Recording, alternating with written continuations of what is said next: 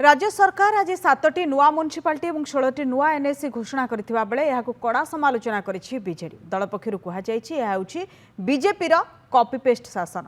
शहरीकरण नुआ अभियान अंतर्गत एनएसी और म्युनिसिपालिटी घोषणा कथा मुख्यमंत्री श्री मोहन माझी कहूतिबा बेले वास्तव में एथिरे कोनोसी नूतनत्व नाही।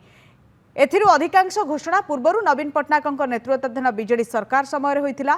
घोषणा होइतिबा 7टी नुआ म्युनिसिपालिटी मध्यरु 4टी बौद्ध, करंजिया, आस्का और छत्रपुर को श्री नवीन पट्टनायक फेब्रुआरी 2024 रे मान्यता प्रदान नहीं घोषणा करथिले।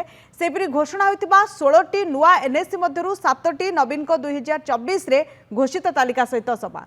यह स्पष्ट दर्शाउछि मुख्यमंत्री मोहन माझी घोषणार अधिकांश कथा नुआ नुहे बरं बीजेडी सरकार प्रस्तुत करथिबा विकास नक्शार कॉपी पेस्ट किछि नुआ करने को संपूर्ण अक्षम बीजेपी सरकार। एथिपाई ना दूरदृष्टि अच्छी ना दृढ़ संकल्प।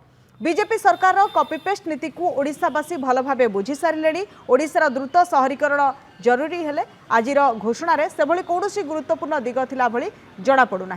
2024 रे घोषित तालिकारु एकाधिक ना को